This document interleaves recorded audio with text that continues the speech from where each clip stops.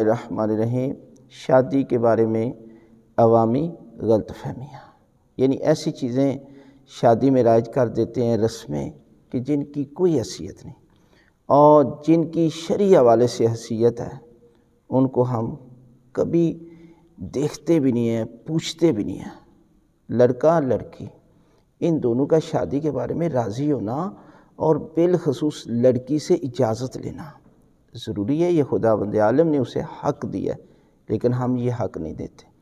اس کے بعد شادی میں گانے بجانا اور ڈانس کرنا اور بے حیائی کی ساری رسمیں کرنا، حالانکہ یہ بہت بڑی عبادت ہے اور شکر پروردگار کرنا چاہیے کہ خداوند عالم نے یہ توفیق عطا کی کہ ہم اپنی زندگی میں وہ فرض ادا کر رہے ہیں بچیوں کا یا بچوں کا، لہذا اس قسم کی رسمیں، مہندی کی رسم ہو گئی اور مخلوط گیدرنگ، یعنی جس کی نکاح کی ابتدا بے حیائی سے ہو رہی ہے، آگے جا کر کیا ہوگا؟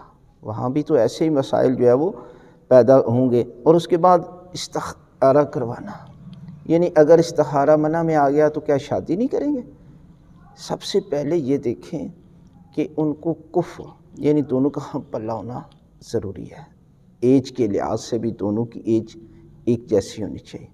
اور اس کے بعد پھر دیکھنا یہ ہے کہ انسان جو ہے وہ ہر حوالے سے، دیکھیں استخارہ آخری سٹیپ ہے۔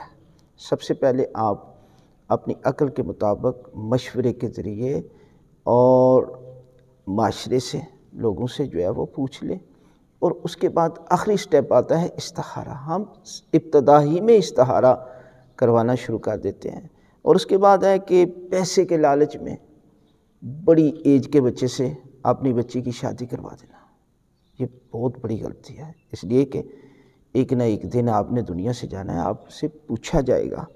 اور اس کے بعد جو اہم ترین شادی کے بارے میں ساری رسمیں، یعنی ہر رسم جو ہے وہ ہم کا، حالانکہ شادی میں کوئی رسم نہیں ہے، شادی تو عبادت ہے۔ اس میں سنت طریقہ یہ ہے کہ نکاح کریں اور ولیمہ کریں، اس کے علاوہ ساری، اور ولیمے میں بھی غریب لوگوں کو شامل کریں۔ وہ ولیمہ کوئی ولیمہ نہیں ہے کہ جس میں صرف مالدار کھانا کھا رہے ہیں اور غریب لوگ جو ہے وہ اس میں شامل نہیں ہیں۔ لہذا اس قسم کی رسموں سے اپنی شادی کو بچائیں۔